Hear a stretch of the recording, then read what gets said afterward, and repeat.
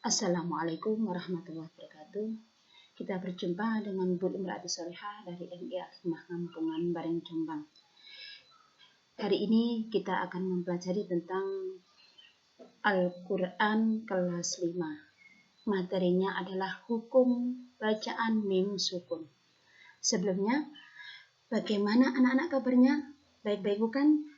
Mudah-mudahan semuanya anak-anak khususnya kelas 5 mendapatkan rahmat dari Allah Subhanahu wa Ta'ala. Amin ya Rabbal Alamin. Sebelum belajar, mari kita baca bismillah dulu. Bismillahirrahmanirrahim. Pengertian hukum bacaan mim sukun. Apa itu bacaan mim sukun? Hukum mim sukun adalah salah satu bacaan tajwid yang terdapat di dalam Al-Quran.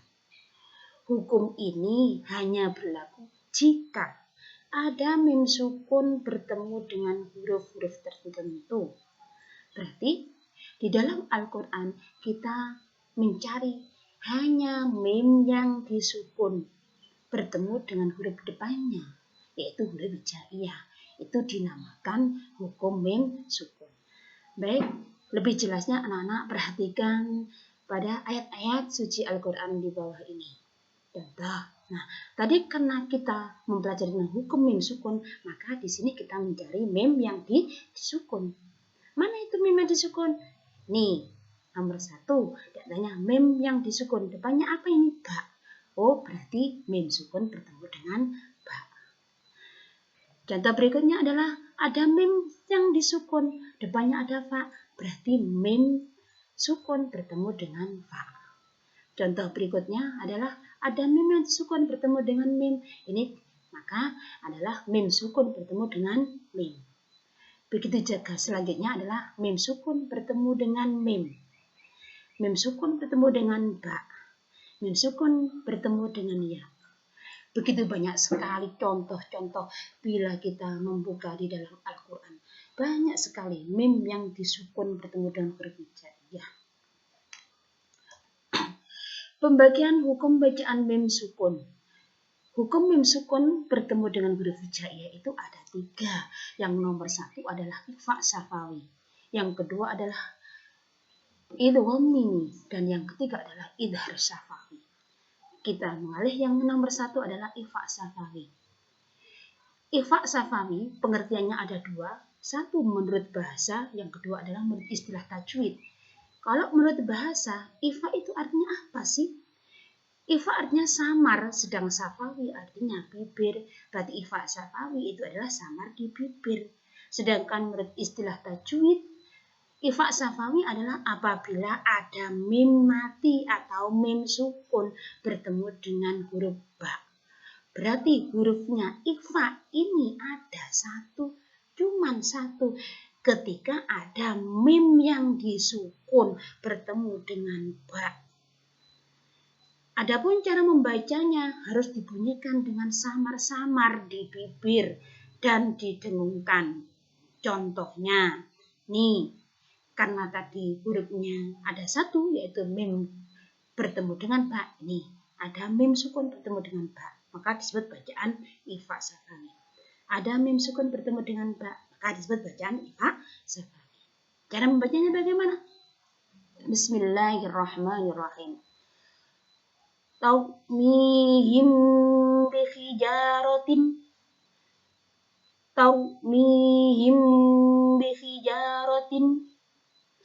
fahkum bainahum. Kita beralih yang kedua, yaitu pembagian hukum mim sukun bertemu dengan huruf hijaiyah. Yang kedua adalah idgham mimi. Sesuai dengan ikhfa syafawi tadi pengertiannya ada 2, idgham mimi juga pengertiannya juga ada 2. Yang pertama adalah menurut bahasa. Idgham artinya memasukkan atau meleburkan atau mentasydidkan. Sedangkan mimi adalah huruf mim. Jadi idgham mimi adalah memasukkan atau meleburkan atau mentasydidkan huruf mim. Kalau menurut istilah tajwid, idgham mimi adalah apabila ada mim sukun bertemu dengan mim. Berarti kalau begitu hurufnya ada berapa? Ada 1. Nah, yaitu ketika ada mim sukun bertemu dengan mim ki. Nah, ada mim sukun bertemu dengan mim, maka disebut bacaan apa? Disebut bacaan idgham mimi. Nah, contoh yang kedua adalah ada mim sukun bertemu dengan mim, maka disebut bacaan idgham mimi. Cara membacanya bagaimana? Bismillahirrahmanirrahim.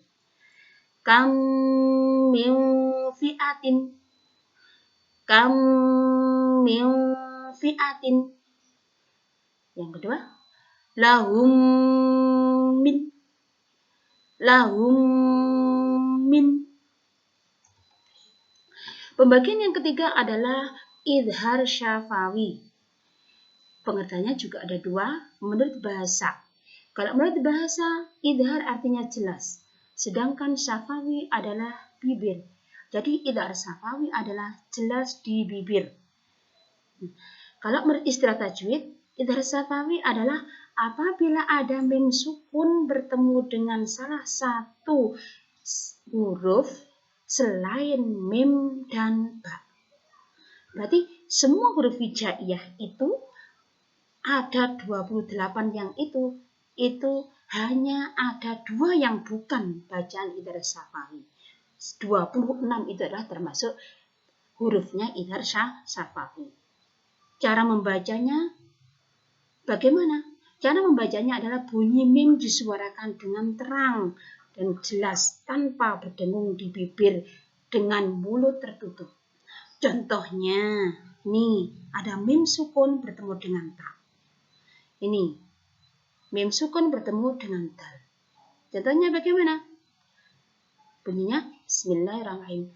An'amta, an'amta, lakum dinukum, lakum dinukum. Jadi tidak boleh dibaca lakum dinukum, tidak boleh seperti itu. Nanti harus pendek. Lakum dinukum. Jadi ini huruf hijaiyah. Huruf hijaiyah ini ada 28 yang dimulai dari alif sampai ya. Ini tidak dibaca. Mengapa? Karena hamzah sama dengan alif, lam alif itu sama ada lam, ada alif. Maka ada 28 huruf hijaiyah. Ada mim sukun bertemu dengan huruf hijaiyah, ada 3. Yaitu yang pertama apabila mim sukun bertemu dengan ba, disebut bacaan ifa syafawi. Mim sukun bertemu dengan mim disebut idgham nisbi atau idgham mimi. Selain mim dan ba itu disebut bacaan idhar syafawi. Kesimpulannya, hukum mim sukun terdiri dari 3, yaitu ifa syafawi, idgham mimi, idhar syafawi. Bagaimana anak-anak? Sudah jelas? Kalau belum jelas, anak-anak bisa menghubungi saya lewat WA saya. Ya. Nah, sebelum saya tutup, ada tugas di rumah, nggih. Carilah di dalam Al-Quran dan tulislah contoh-contoh hukum mim sukun berikut. 1. Bacaan ifa syafawi 5 contoh. Bacaan idgham mimi 5 contoh. Bacaan idhar syafawi 5 contoh. Itu tadi pelajaran yang bisa saya sampaikan kepada anak-anak kelas 5. Mudah-mudahan menjadi ilmu yang berkah, barokah fid dunya wal akhirah. Akhirnya dari Bu Im, Assalamualaikum warahmatullahi wabarakatuh.